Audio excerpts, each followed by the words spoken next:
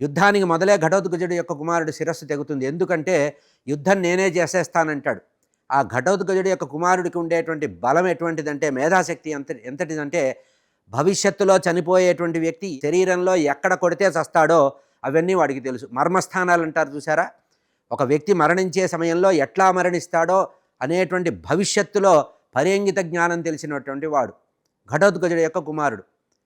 వాడు అక్కడ కూర్చొని ఉంటాడు. వాడు అంటాడు యుద్ధానికి మొదట్లోనే, నేనే చంపేస్తాను, మీరందరూ ఎందుకు శ్రమ పడతారు, ఎవడికి ఎక్కడ మృత్యు ఉందో నాకు తెలుసు అంటాడు. వద్దురా నాయనా, మేమే యుద్ధం చేయాలి, మేమంతా ప్రతిజ్ఞలు చేశాము, మహాభారత యుద్ధభూమిలో సంహరిస్తామని మేమే ప్రతిజ్ఞ చేశాం కనుక నువ్వు యుద్ధం చేయొద్దంటే, కాదు యుద్ధం చేస్తానని, నా శక్తి మీకు తెలియదు కనుక నా శక్తి మీకు తెలియజేయడానికి నా ప్రభావాన్ని చూపిస్తానని ఆ కౌరవుల యొక్క గుడారాల్లో ఉండేటువంటి కౌరవ సైన్యంలో ఉండే ప్రముఖ నాయకులందరి దగ్గర తన యొక్క మాయని సృష్టిస్తాడు మంత్రం చేత.